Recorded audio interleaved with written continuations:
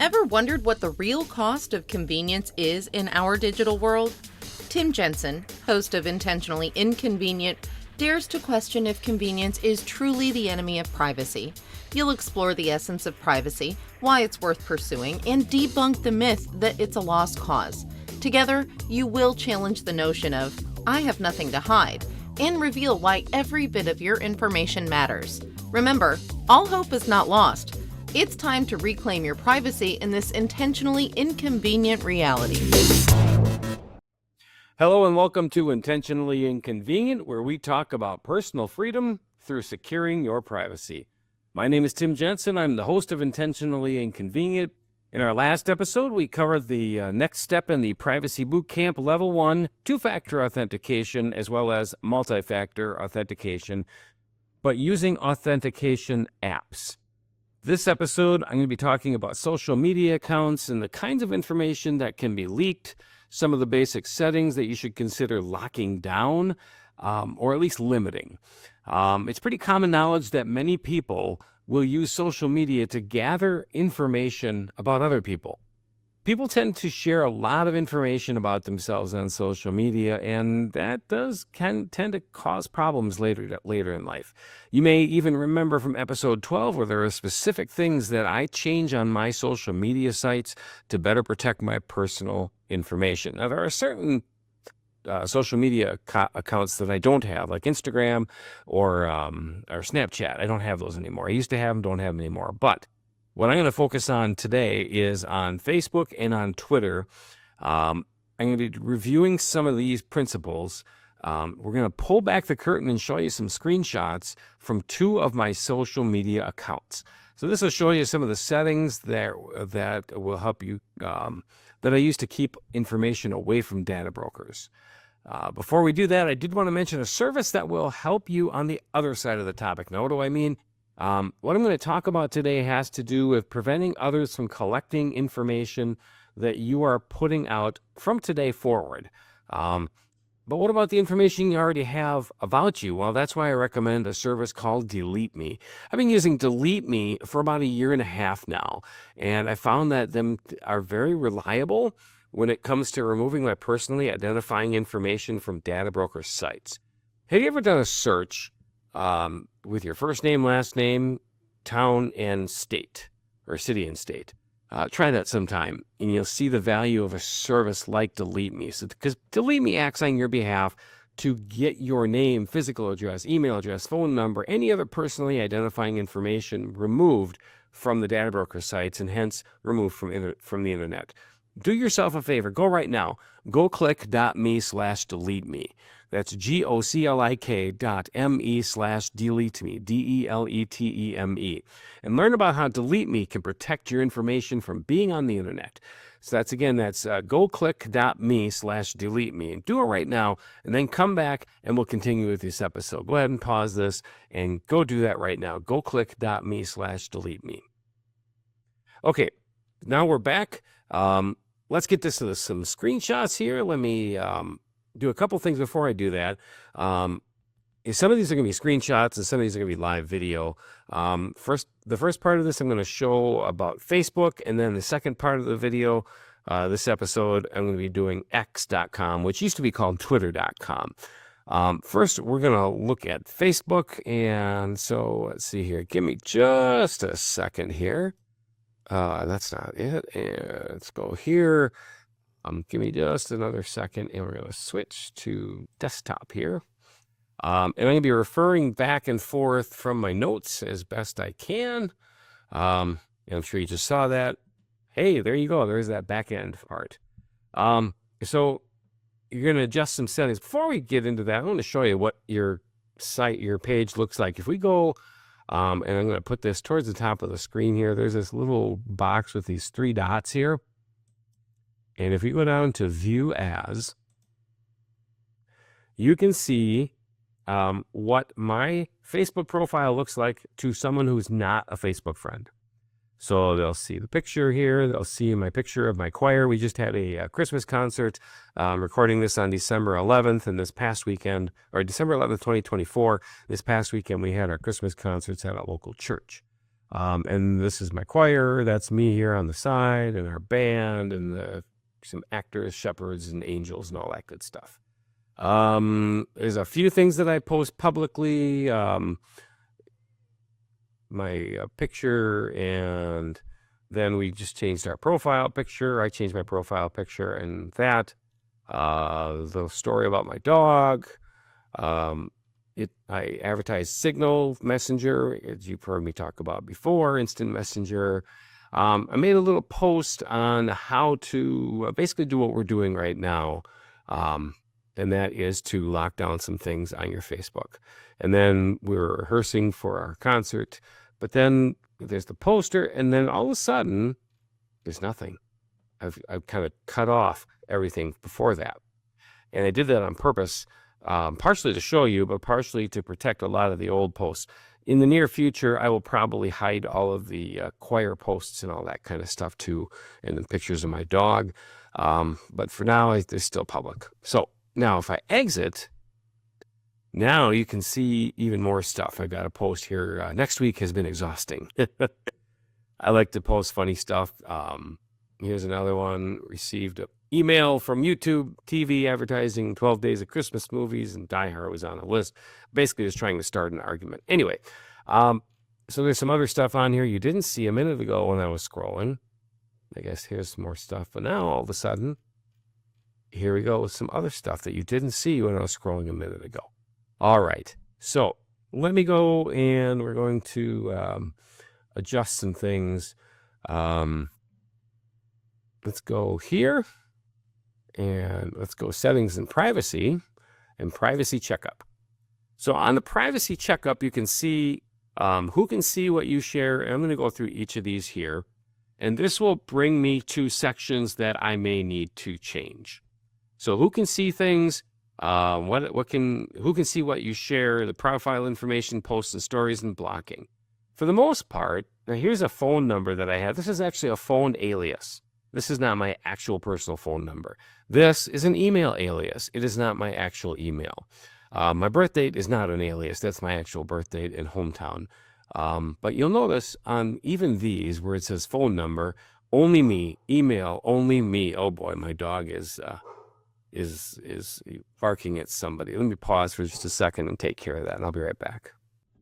So I just had to actually stop the video because I didn't find a pause button here on my my recording software, which is really good advertising for my team that does my podcast work for me. If you go to goclick.me/podcast, you can even hire them yourself and get a team to produce your podcast so that you don't have to figure out how to splice two videos together like I'm going to have to do with this one. Okay, let's continue. So I have the phone number alias. I have an email alias. So even if people try to search for me, they'll search for my regular phone number. They won't search for the aliases, and they won't find me anyway. Again, it's a little privacy thing that goes a long way. But then on top of that, I have just only me, and that locks that information down so nobody sees that. Because this alias does actually forward the email to my real Proton email address, which I don't give out to anybody. Okay, so marriage, the relationship is there. This current city is only me. The only work that I have is the volunteer job that I do directing that community choir. All the rest of these old jobs are only me's. And then who can see your friends list on your profile? It says specific friends. I have one, and that's my wife. And she's the only one that I allow to see my friends list. And what that does is it prevents all kinds of people from trying to hijack my friends list and create a fake profile on me, and then go to each one of those friends and say, oh, you're going to have to refriend me because whatever. That eliminates that from a possibility. So this is a very, very specific who can see the friends list on your profile. Either just only me or maybe your spouse. And that's all I would do. Okay, moving on. The next one, default audience is my friends. So any post, when I post it, automatically defaults to friends. Any stories that I do that are available for 24 hours, only friends. Limit past posts. Remember how I said I had all those other posts there? I'm going to do this here. Watch this. So I'm going to hit limit past posts. I'm about to limit all my past posts to friends only and not the public. This is really cool. So I'll hit that button. Now it's black. It's grayed out, so I can't use it. We'll come back to that in just a second. Next, it shows that I blocked some people. I'm not going to go over that. It doesn't matter anyway. So I'm all set. So let's go back over here for a second, shall we? Go back to my profile, hit that ellipsis again, view as public. Now, let's see what it did. Well, it didn't do what I thought it would do. Rats, I thought it would limit all my past posts. Maybe that takes a little time. We'll come back to that in the future. Okay, so we're going to go back to settings and privacy checkup. We just did that one. Now we're going to do this one. This is how people can find you on Facebook. Friend requests, only friends of friends. That's it. So if you're not a friend of mine, you won't have the ability to friend request me. That prevents an awful lot of scammers from reaching out to me to try to friend request me. Very good stuff. Who can we suggest your profile to? People with your phone number? Nope. People with your email? Nope. Not going to happen.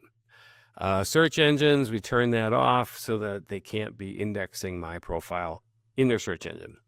Okay, so that's done. That's 2. Now, here, just give you an idea here. I'm going to refresh this page. Now these pages here say today. That still says a week ago, but it'll catch up. How to keep your account secure. Password is okay. 2-factor authentication is on. Login alerts are on. So I've kind of done everything already. I could change the password if I wanted to. Not going to. Don't need to. It's stored in a password manager. I don't even know what it is. I don't have it. Can't remember it. It's in the password manager. That's all I need to know. 2-factor authentication is on. It'll be a code or a password or something. Don't need to manage that as well. And then notify you if someone logs into your account from a place that we don't recognize. Facebook, they'll give them notification. They see that on my phone then. And it'll tell you which device is used and where it's located. Do I want an email? No, I really don't want an email. Okay, so I'm all set there. That's how to keep your account secure. Number 4, your data settings on Facebook. We'll walk you through the options to make sure that your settings are right for you.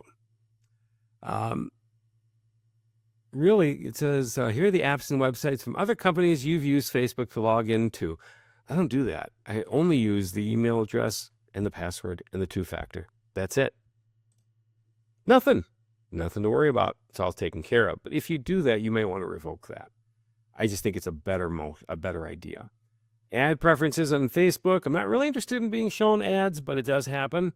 So let's look at that. Ads you see are personalized. Help us figure out which ads you would most likely be interested in. We use information such as what you do on Facebook and other meta products like Instagram, which I don't have. We may consider what you do off of Facebook. Oh, that's creepy. Such as non-Facebook websites or apps. So we'll go through some different options here. All this is forbidden from them using or sending it to advertisers.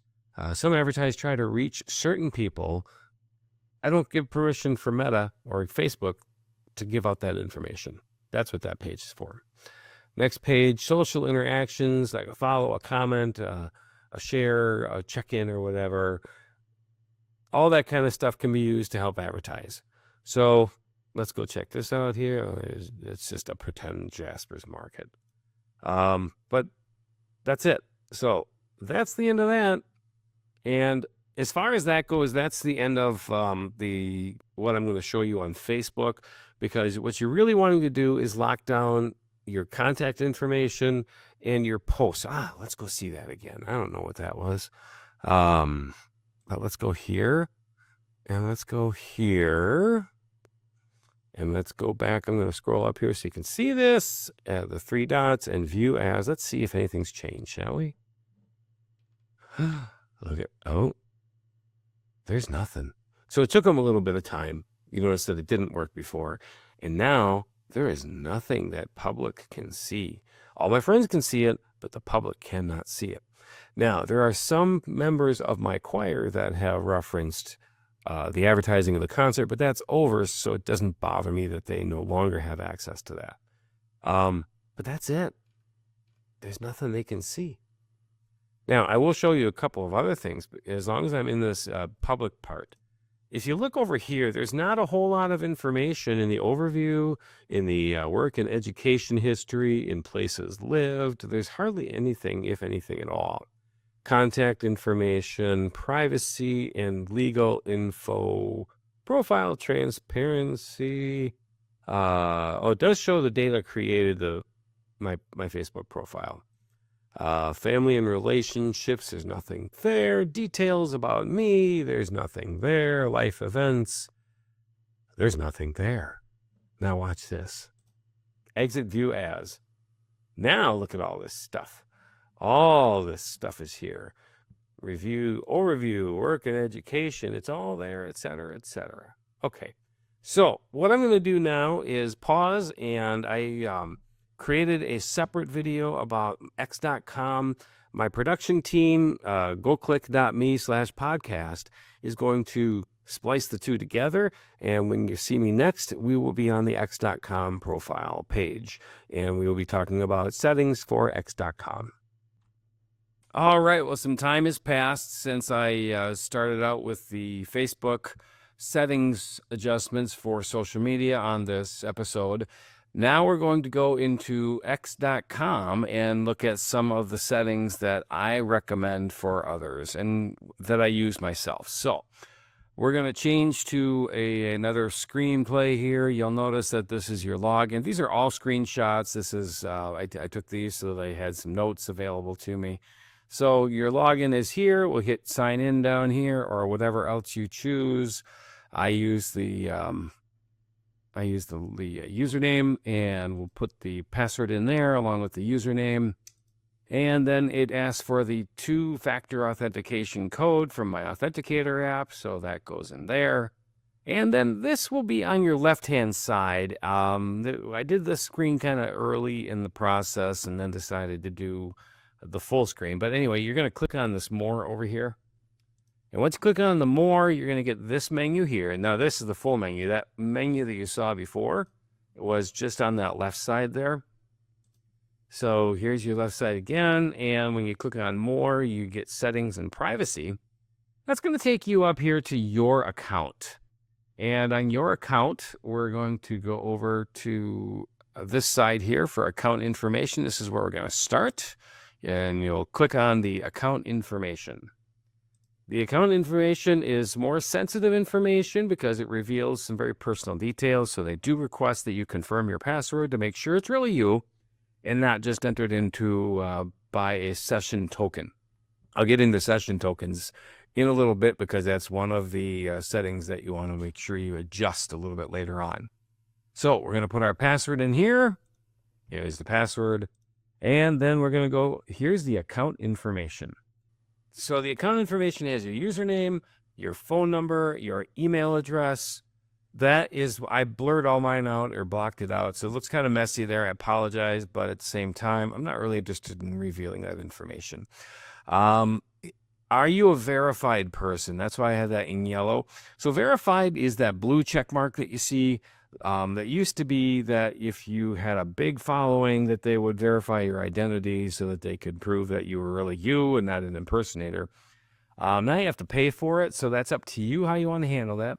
Protected posts, meaning that your posts are not available just to the general public, but they're protected to only people that you've selected. I believe it's people you follow and your followers, but I'm not 100% sure because I don't do that, so I don't pay much attention to that. Next is your account creation date. Can be kind of helpful, maybe, sort of. It's just kind of information. Your country, the language that you speak, your gender, and birth date. Gender, whatever. If you want to not put that on there, that's up to you. But your birth date, I actually recommend, there's two different sides to this. So by having your birth date in there, they have an idea of your age. But also, if you ever need account recovery, that's one point of data that they can match with your ID. I'll get into the ID in a second, but I don't put my birth date on there. But just because I don't doesn't mean you shouldn't either. I don't recommend it. simply because it gives another point of identification that you can't change. You can't change your date of birth.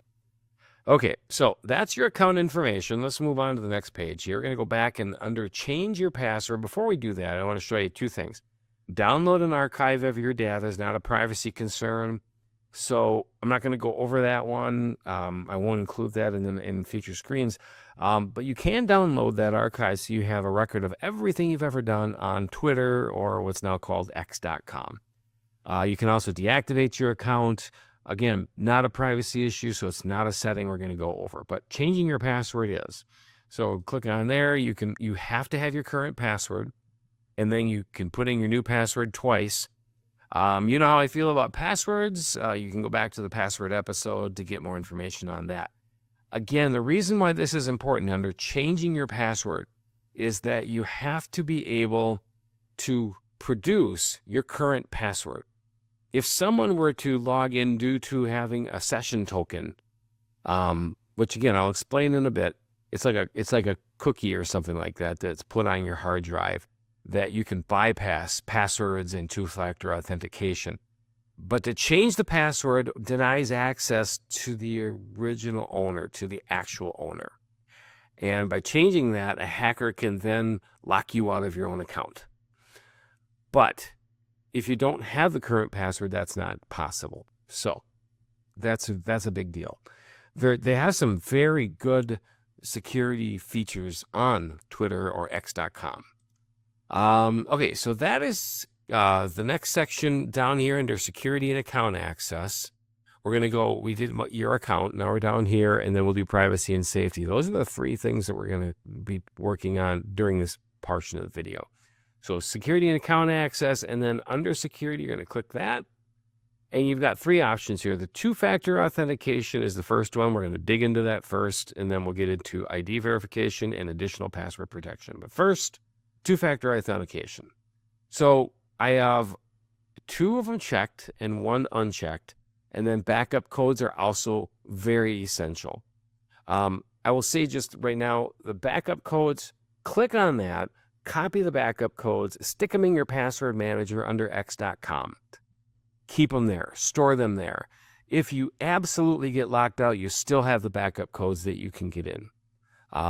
So let's go here, and the next page will discuss my feelings on the text message two-factor authentication. There it is right there. You can do it, but I don't recommend it, and here's why. There's a thing in the cell phone industry called SIM swapping. With SIM swapping, basically what they do is they do something called social engineering. They're acting and they're pretending to be you. And they call into your cell phone company and they say something like, you know, I lost the SIM card. The SIM card isn't working anymore, whatever. Can you please mail me a new one and send me a new one?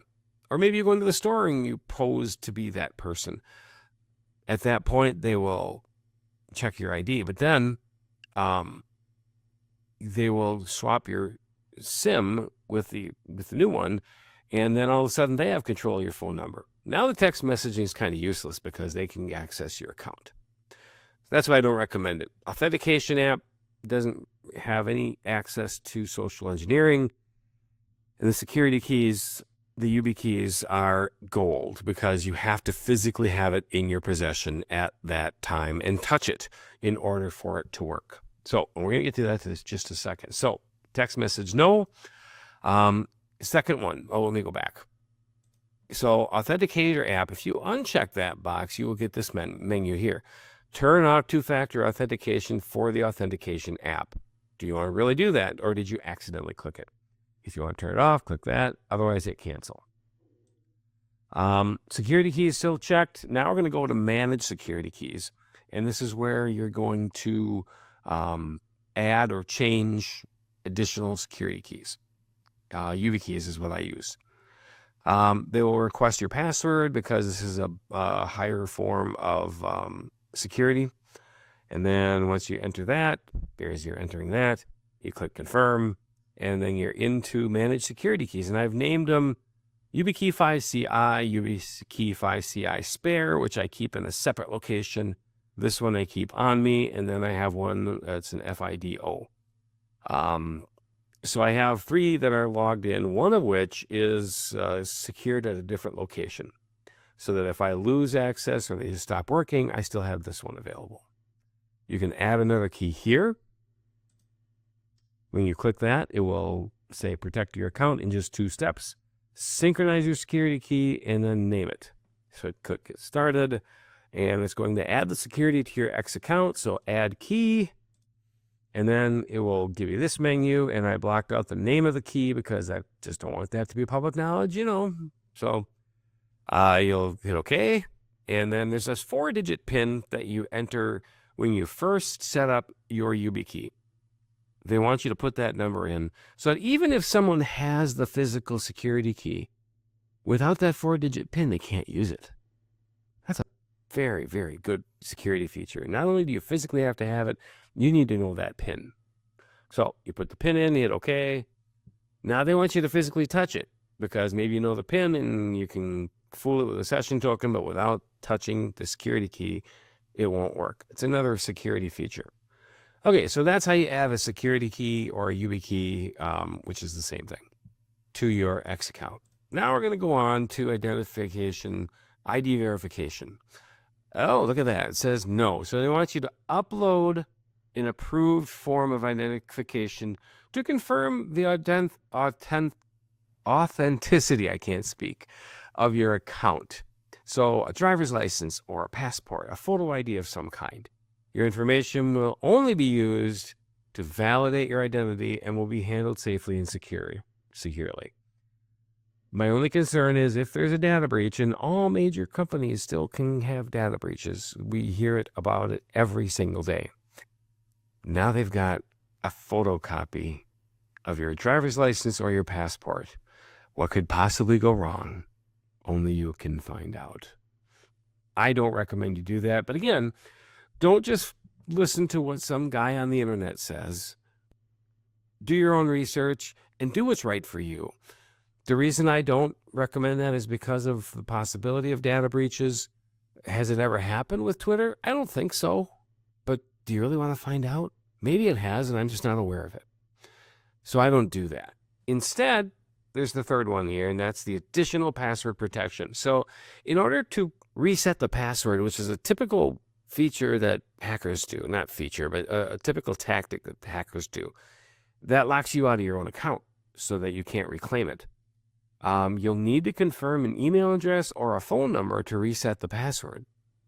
So you either have to type in your email address or type in a phone number.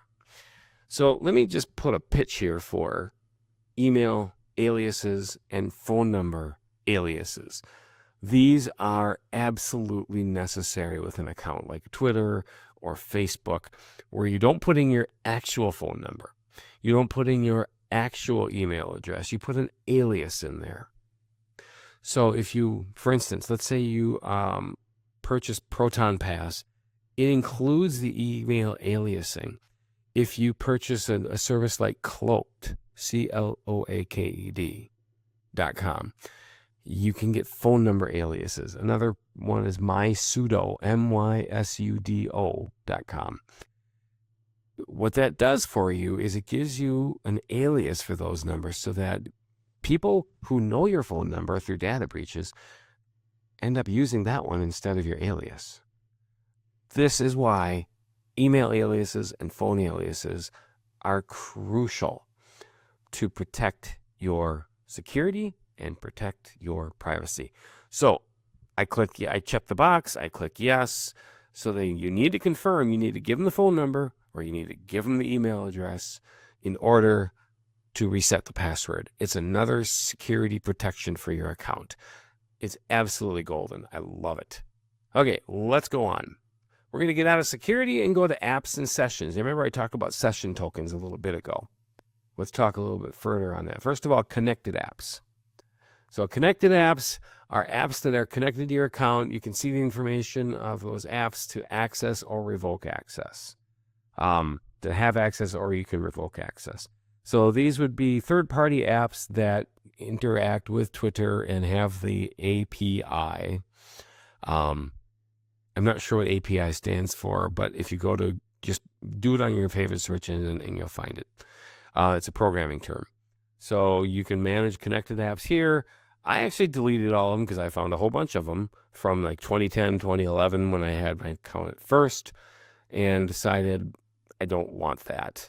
So the only apps that I use are official x.com apps.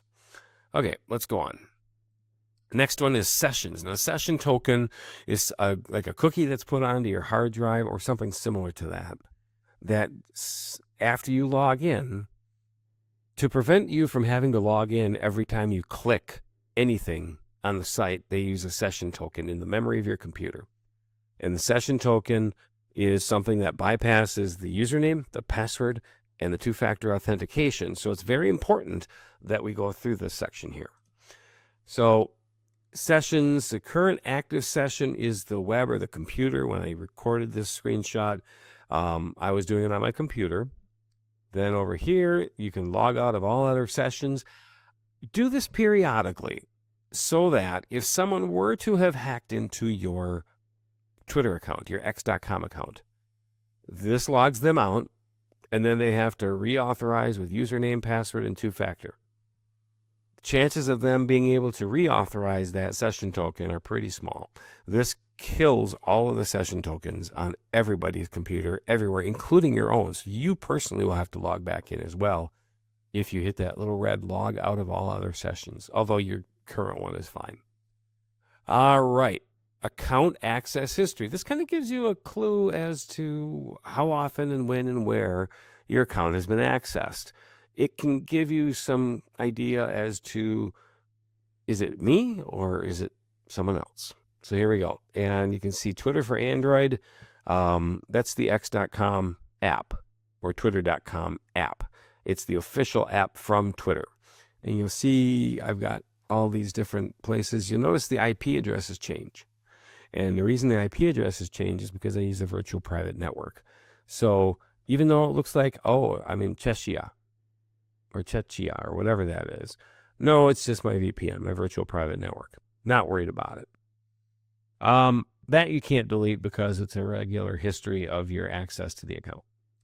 So you can see I highlighted Twitter for Android there. Logged in devices and apps. So we are still under security and account access. Logged in devices and apps are my phone, but otherwise, this setting is off. It says, these are browsers, devices, and information X uses to personalize your experience. Keep that in mind when we get to a future screenshot. I'm going to talk more about personalizing your experience and why that should scare the crap out of you. This includes devices and browsers that you haven't used to log in to X, as well as email addresses and phone numbers like those linked to your X account. In other words, all your other email addresses, all of your other phone numbers. Why in the world would X have access to that information? Interesting. Maybe you've logged in on a different phone number because you needed to do this or that or the other thing. Let's go on. Okay, so security and account access. We are now finished with that. We're going to go on to privacy and safety. Oh, we're going to back out further. Okay, so actually that's not true. We're not quite to privacy and safety. We're security. We did apps and sessions. Now we're going to do connected accounts. There it is. You can probably hear in my voice I have a cold, so I hit the pause button so that I could cough without you having to deal with it. Anyway, connected accounts. Moving on. These are social accounts that you connect to your X account to log in. You can disable access here. Do you see any on mine? No, I disabled them all. I got rid of them all. Next is delegate. Now this one, if you run a business and you use your x.com account for business use, this is actually going to be very helpful for you. You can manage, or if you're a social media manager, this is also can be very useful to you. So share an account with people who have delegated roles. If you hire a virtual assistant, for instance, that's going to post on your behalf, this is where this takes place. Accounts that are delegated to you. If you are a social media manager, this will show you what accounts you are you have access to, and they're tied to your personal or corporate X.com account. Members that you've delegated so that they can act on your behalf, that you've hired them to do. Then we're going to move down to privacy and safety. So you can see all the categories. This is going to take a little bit of time. The first one is audience, media, and tagging. So audience, media, and tagging, first of all, it says to protect your posts if you want to do that. Then the general public cannot see your posts, only those that are following you or you are following. And if they follow you, you have to approve them in order to see your posts. So protect your posts. And then the other one is photo tagging. So other people can tag you on photos and you can decide if that's okay or not. I turn mine off. I'm not really interested in people tagging me, but hey, to each their own. Photo tagging is off, allows people to tag you in their phones and receive notifications when they tag you. If you're in a job where you have an X.com account for your job, then you may want to turn this on. But for your privacy's sake, you're not necessarily interested in having people tag you. Your posts, says the next topic. And I have marked media you post as having material that may be sensitive. That is not a privacy issue. I'm not going to address that. But add location information to your posts. What do you think I'm going to say? That's right. I'm going to say no. I don't want to have a trail that people can trace on a map or on GPS maps that show me point A, point B, and time and date, because that's just creepy. I'm not interested in having people trace where I've been, where I'm going, when I've been there, when I'm going. I'm just not interested in that. So it's a big no for me. It's unchecked, and it's removed all location information attached to your posts. Not interested. Thanks for playing. Sorry. Moving on to content that you see. Content you see is not a privacy thing. Muting and blocking is also not a privacy thing, so we're not going to address that one either. Direct messages is a privacy thing. So allow message requests from people that you follow, or from no one. People you follow will always be able to message you, but if you're not following them, they will not be able to direct message you. That just kind of keeps all the spammers out and the creepy people, the stalkers. Again, a privacy issue. Show read receipts. Let people that you're messaging with know when you have seen their messages. I keep that on, but some people may not want that on. Read receipts are not shown on message requests. If you were really going to be going towards a more private life, you might want to uncheck that. Again, never take advice from a guy on the internet without doing your own research and practicing yourself. However, this gives you some ideas that you can work with. Moving on to spaces. This manage who can see your spaces listening activity. So let's see here. Keep in mind that even when this setting is turned off, you will be visible to everyone when you're in a space. So again, I turn that off. Totally up to you what you want to do with that. Not interested in that. Discoverability and contacts. So here's where the aliases for email and phone are very helpful, because they're not going to be able to discover you by email or by phone if you use an alias and you don't tell them what the alias is. Pretty plain. Pretty simple. So I have those unchecked anyway, in spite of the fact that I have an email alias and a phone alias on my account. Contacts. You can import from your mobile device your contact list. What could possibly go wrong? You have just given up the contact information for everybody on your contact list. You were entrusted with that information, and you probably did not ask every single person on your phone list if you had their permission to give out their contact information. And yet, that's what this is saying. That Well, they're your contacts. No, they're not your contacts. They are contacts of other people that have been entrusted with you. I hope you can see the difference. I really recommend highly that you do not put you never upload contacts from your phone to any website, social media or not. I would never do that. Unfortunately, I used to. I don't anymore. It's one of the reasons why I've gotten away from Google and Gmail as best as I can. I do obviously still use Google and Gmail to a degree. I'm still weaning myself off of that, trying to be smart about it so that I can move that stuff over to a more localized control. Anyway, I know I kind of got off topic there. So manage contacts. Because contacts are a very sensitive thing, they do want you to require that you confirm your password. Put your password in, and then remove all contacts if you haven't. I highly recommend that you do that. Do you have to listen to me? No, but I think you just heard my reasoning why.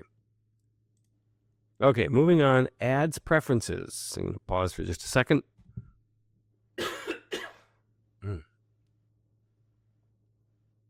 Well, I guess I didn't pause.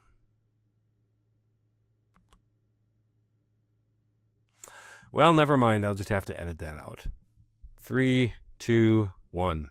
Okay, so ads preferences. Go and clicking that. Personalized ads, I uncheck. Why? Because you will always see ads on X based on your activity on X. That's this one here. When this setting is enabled, X may further personalize ads from X advertisers off and on and off of X.com. So off X.com? Really? By combining your X activity with other online activity and information from our partners. There's buying and selling contact information constantly. So no, I'm not interested in that. It's just another way to prevent tracking. Next one, interests.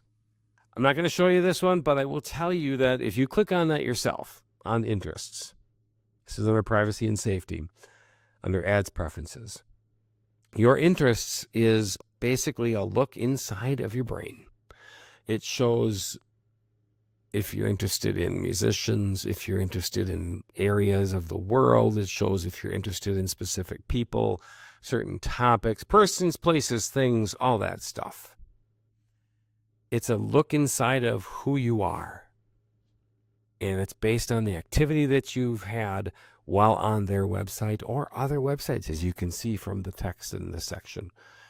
So I did not screenshot that list for you to see because that's a look inside here, and I'm not going to do that. So next one, your advertiser list. Oh, pardon me. Let me go back here. Your advertiser list, the same thing. Just delete it if you can. Next one, inferred identity. So allow X to personalize your experience with your inferred activity. In other words, activity on devices that you have not used to log into X. Again, incredibly invasive, incredibly creepy, if you want to think of it that way. It's using information on devices where you haven't logged into their website. You had no contact with their website, and yet they are gathering data on you from other sources. Inferred identity, I'm sorry, but that it should be against the law to me. But you know what? My focus here is on things that you can do to improve your privacy. So it's unchecked. X will always personalize your experience based on information you provided, as well as the devices you've used to log in. When this setting is enabled, X may also personalize based on other interfaces about your identity, like devices and browsers that you have not used to log into X, or email addresses and phone numbers similar to those linked to your X account. I don't even know what to say. That is so invasive personally. So let's get out of inferred identity. Now these next three, I'm just going to show you this here. We're going to kind of cover them as one big no. Don't give any permission on any of those three. Let's start with data sharing with business partners. Are you kidding? X will always share information with business partners as a way to run and improve its products. Basically saying, we are going to take this from you. When enabled, this allows X your permission to share additional information with those partners so that we can make more money selling that information to them. That's basically what that says. Are you kidding? No thanks. Location information, again, a big no. So personalized based on places you've been. Well, if you're not giving them permission to collect that data, it's a big no. See places you've been, add location information to your posts, explore settings. So let's go see places you've been first. See places you've been. This setting is off. Turn it off. These are the places X uses to show you more relevant content. You won't see places listed here if you turned off that. Second is add location information to your post. Are you kidding me? No. And delete it if there's anything there. Don't check that box. Don't pass go. Don't collect 200 because, hey, what could possibly go wrong, right?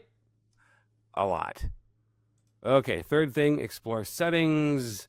When you click that, you get this here. Show content in this location. When this is on, you will see what's happening around you right now. It's going to stalk all the people around you and tell you what they're doing. Unchecked. When you uncheck that, then this shows up here. The very last thing for this video is Grok and third-party collaborators. I have no idea what Grok is, and I don't care because of the next screen. No. Allow your public data as well as your interactions, inputs, and results with Grok and XAI. So it must be an artificial intelligence of some kind to be used for training and fine-tuning. No, I'm not interested in helping you out. Sorry, thanks for playing. The price of free is astronomical. Delete conversation history. Thank you very much. And that's it. That's the end of my slides. I appreciate everything that you've watched for in this section here. And that is the end of this episode. So if you have questions, be sure to put them in the comments. Be sure to hit like and be sure to subscribe because that really helps the algorithm so that we can reach more people with this very useful information. This is Tim Jensen again with Intentionally Inconvenient saying stay safe, stay private. Thanks for listening. That's all for now from Intentionally Inconvenient, leaving you with a challenge to question the cost of online convenience. If you want to keep learning, subscribe on Spotify and Apple Podcast. Your reviews and 5-star ratings help reach more listeners. Until next time, remember, your privacy is never a lost cause. Stay safe, stay private.